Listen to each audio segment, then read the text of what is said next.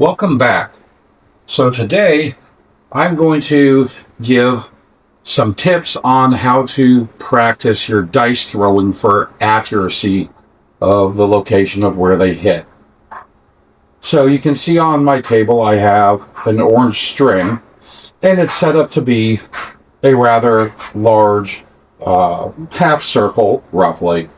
So an old golf technique that I used to practice my chipping on the greens way back when, I had a hula hoop, and I would stand about 6 feet away from it, and I would chip the balls into it, and then do that 5 times, and then take one step back, and then make the ball land in the same hula hoop 5 times, take a step further back, and so on and so forth.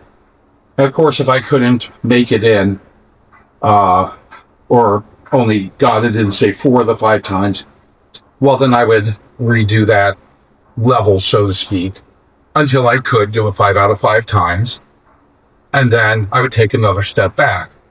And over several days or a few weeks, it got to the point to where I could be a good 15 or 20 feet, maybe even a little bit further, and chip the ball, if not exactly into that hula hoop, but pretty darn close to it. So I've applied the same technique to here. So we have the string, which would represent a target zone. Now for me, my target zone is right of the center of the table. So, but that's why I set it up in the position it is rather than at the center of the table. But wherever your sweet spot is, you can set up a little string the same way. And then the object, of course, is to throw the dice, have them bounce, hit the wall once, and then hopefully it would be nice if they stopped in the circle. That takes a whole lot of skill. But the point is just to having the dice land within the circle time after time with repeatability, even if they bounce out. So that was a pretty decent throw. So both those, or for all those times, they did end up bouncing in the circle. So for me, this target area is pretty easy. And I would imagine it'd probably become pretty easy for you also. So then I pull the string in a little bit, make it a little bit narrower, so therefore it's a little bit smaller, and then keep doing the same thing. So we'll see how small I can get it while keeping accurate. And take the time to use your preferred grip and your the preferred toss that you use, so everything will remain consistent. Nope, that was a good one.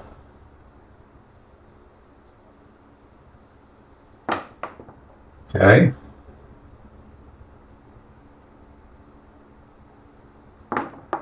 Okay. So like I said, right now all I'm trying to do is have the dice land within the circle. And that was pretty good. So a couple of the dice did make it out.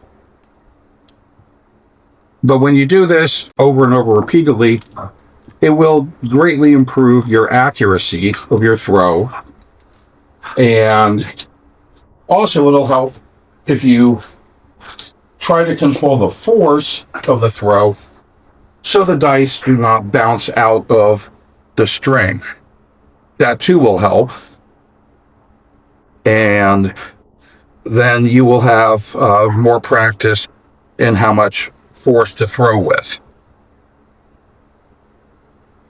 So again, it's a little bit smaller. And I'll do it again. They both hit in this area at least. There, that was a good one. Okay. All right.